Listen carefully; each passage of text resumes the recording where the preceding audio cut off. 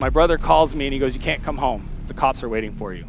A day later, I was driving. As I come off the highway, there's a roadblock. I don't have my driver's license, stolen car. All I knew is I didn't want to go back to jail. And I had a gun in a bag sitting next to the car. So I pull out and the cop says license and registration. I pull over to the side as soon as he's turned his back, and I go to reach for the gun. You know, when I was 8, I grew up in a house where my mom was an alcoholic. My dad was in sales on the road 5 days a week. When I was 11, my mom called the police, and the police showed up, and I was in my room in a fit of rage, and she asked them to take me away, that she couldn't handle it anymore. And I remember the police escorted me out of the house. I got in the back of the cop car, and I woke up the next morning in a crisis center for the first time in my whole life outside of my home.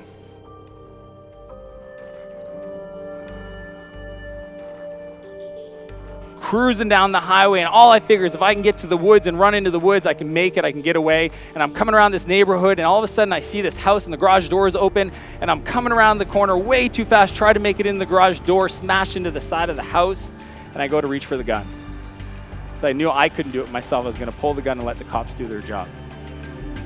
And I'm sitting there and I'm pulling on the gun, pulling on the bag. It's stuck between the handle and it doesn't come out. And before I know it, the cops open the door. My feet don't even touch the ground. They throw me in the back of the cop car, and I wake up the next morning sober in a jail cell, realizing that somebody was looking out for me. I then got sentenced to adult facility for the severity of my crimes. And I'm talking about like real jail, not juvenile detention, cell blocks, jail. And I was sitting in this jail cell wondering, what the fuck am I doing with my life? Because I was trying to do better. And one day, this guard, Brian, opens the door. And Brian says, "Come with me." And we're walking down the hallway, and we go past the cell block, and there's this corner guard unit that actually looks over across the 2 cell blocks. And it's the first time I'd ever seen the inside. I'd been there for 3 months. I'd never seen the inside of this room where all the guards kind of hung out while they were looking over. And he sits me in the corner, and he looks at me, and he says, "What are you doing here?" And I said, "Well, I stole a car and guns." And he goes, No. He goes, "What are you doing here?" I said, "I don't know." And Brian goes, "You don't belong here. I see the way you do your homework. I see how you're trying to stay out of trouble. And I want you to know, Dan, if you've never had anybody tell you this, that I believe in you."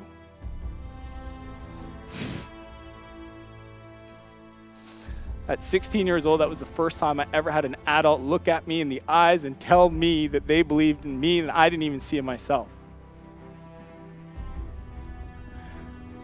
And he just kept going on about just the potential. And he's like, "You got to get out of here, man. You got to get to rehab. This doesn't make sense, Dan." And I committed to Brian that I was going to do everything I could. My life changed from that moment. I got out of rehab. I rebuilt the relationship with my family. And today I'm here to tell you that the reason I'm alive is because of Brian.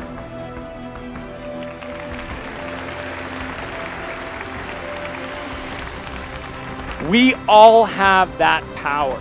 And there's moments where you don't even realize, where you're sitting next to somebody and there's something you could say at the right time from the right place that's going to shift that person for the rest of your life and you don't even know it. Brian had no clue the impact he had on me. There's moments throughout your day. You are the messenger, the person. Every day we sit next to somebody on a plane. We see somebody on the street we walk by. We see 2 kids fighting.